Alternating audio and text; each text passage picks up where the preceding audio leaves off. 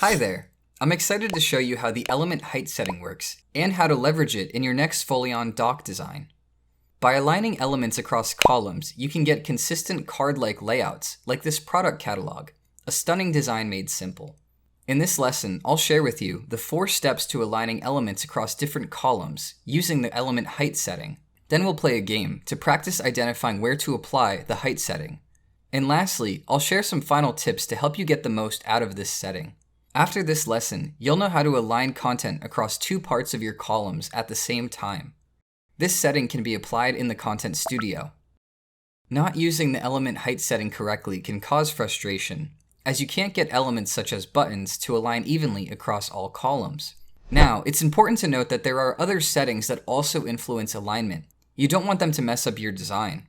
So I'll show you how to do it right in 4 quick steps. The first is column alignment. We recommend setting your vertical column alignment to top for each column in the block when you want to achieve alignment. Second, balance out all spacing. There is column spacing, text spacing, and bottom spacing on each element. To align elements across separate columns, you want to match the spacing across all columns. In this doc, I want all top column spacing to be 100, then the column bottom spacing to be 50, and lastly, I'll set the bottom spacing of each element to 25. So these first 2 steps are all about consistency in your block. Consistency is needed to achieve a solid alignment. The next step is easy. We can now identify what element causes the misalignment. That's where you need to apply the element height setting. In this block, the text varies in length between columns, so that's where the element height setting comes into play to correct it. In the 4th and final step, we apply the element height setting to the text element. So I apply the height setting to the text element in each column, but I won't apply it to the image and button, as it's not needed there. When the red spacing has diagonal lines while hovering, that means that the element height feature is enabled to fill the extra column gap. The height feature is always applied to the element above the one which you would like to align below it. So we apply the height feature to the text element so that the spacing fills the empty columns below it to push our buttons down to align at the bottom. Following these steps will ensure you're working efficiently to achieve your desired design. First, fix your column alignment and spacing to ensure consistency so that you can see where the misalignment comes from, and that's where you apply the element height setting. At the time of creating this lesson, the element height setting is available for text, button, and image elements. For the most up-to-date info on this feature, please check out the Help Center. Now, it's game time. Let's see how well you can identify which element is causing misalignment. This is the 3rd step out of the 4 that we went over. So play along to become confident in applying element height correctly yourself. We'll do 3 rounds. Are you ready? In this example, you see animated data counters below descriptive text. Which of the elements is causing misalignment? I'll give you 3 seconds. Pause the lesson if you'd like more time. It's the text element. Applying the element height setting to the text element in each of the columns ensures proper alignment for the counters below it.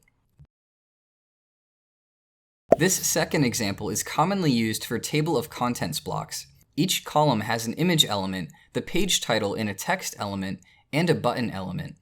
So which of these elements is causing the misalignment? It's the image elements. That's because the icons used vary in size. After applying the element height across each column, it's fixed. In the final round of this game, I'm showing a footer block, which is most often used for navigation purposes. This footer has a button element and a short description in a text element. Which is causing the misalignment? It's the text elements. The text wrap causes the text elements to have different heights. After toggling the element height setting on both text elements, it's fixed. How did you do? I hope you got the hang of it and had some fun. Now I'll show some best practices, and then you can go ahead and practice for yourself in Foleon.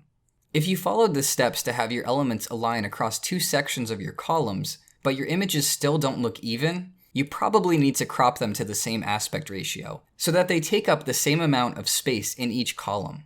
You can use Foleon's crop tool in the media library to make a square or rectangle of your images. To make your creation process load smoother, use the copy to clipboard function to easily move your new block to other pages to reuse it. To ensure the rest of your team can reap the benefits of the blocks you design, save them as templates, empowering your team members who are using the content builder. And that's a wrap. Now it's your turn to go try this out in your next Foleon Doc. The 4 steps to proper alignment using the height feature are to set the vertical column alignment to the top for each column in a block, have consistent column, text, and bottom spacing, see which elements are misaligned, and lastly, apply the height setting to the element above to fill the gap space. Good luck, and thanks for watching.